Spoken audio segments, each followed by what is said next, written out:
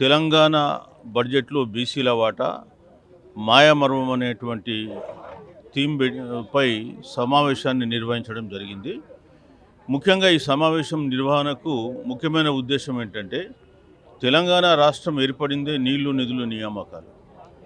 మరి బీసీలకు ఈ బడ్జెట్లలో నిధులు ఎంతవరకు వస్తున్నాయి, ప్రభుత్వాలు బడ్జెట్లో బీసీల కొరకు ఎంత బడ్జెట్ కేటాయిస్తుందనే దానిపైన లెక్కలు తీసి ఈరోజు మాట్లాడడం జరిగింది. ఎందుకంటే ఈ వచ్చే నెలలో మన తెలంగాణ రాష్ట్ర బడ్జెట్ ఉంటుంది.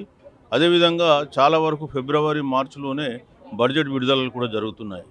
సో మేము తీసిన లెక్కల ప్రకారము 28 లక్షల కోట్ల బడ్జెట్ తెలంగాణ రాష్ట్రంలో ఖర్చయింది గత 12 సంవత్సరాల్లో. కానీ బీసీలోకి వచ్చింది 28,000 కోట్లు కూడా లేదు. అదేవిధంగా బీసీలకు 21 కార్పొరేషన్లు ఏర్పాటు చేసి కాంగ్రెస్ ప్రభుత్వము గత 2 సంవత్సరాల్లో ఒక్క రూపాయి కూడా రిలీజ్ చేయలేదు.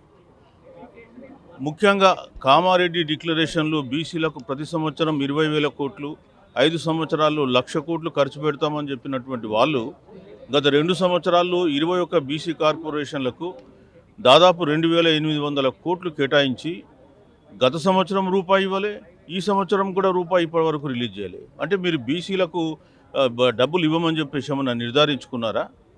బీసీలు డబ్బులకు అర్హులు కారా? రేపు మీరు ఓట్లు అడగడానికి వస్తే మా బీసీ సంఘాలను అడగమని చెప్తున్నాం. మీరు మాకు 42% రిజర్వేషన్ ఇస్తామని చెప్పి మోసం చేశారు. ఏ ముఖం పెట్టుకుని ఓట్లు అడగడానికి వస్తున్నారు? అట్లాగే మీరు బడ్జెట్లో మాకు 20,000 కోట్లు ఖర్చు పెడతామన్నారు ప్రతి సంవత్సరం. గత సంవత్సరం 2,150 కోట్లు ఖర్చు పెట్టిండ్రు. ఈ సంవత్సరం కూడా అంతే ఖర్చు పెడుతుండ్రు. మరి మీరు మాకు బడ్జెట్లో మొండి చేయి చూపుతున్న మీకు మేము ఎందుకు ఓటేయాలని చెప్పి నిలదీసి అడుగుతారు.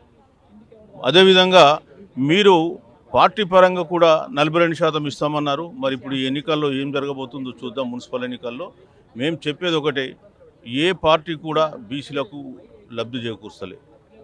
అట్లనే బీజేపీ మా బిల్లులు 42% రిజర్వేషన్ పెంచుతున్న బిల్లులు మీ కేంద్రం దగ్గరకు వస్తే గత 7 నెలల నుంచి కూడా మీరు మా బిల్లులను పట్టించుకుంటలే.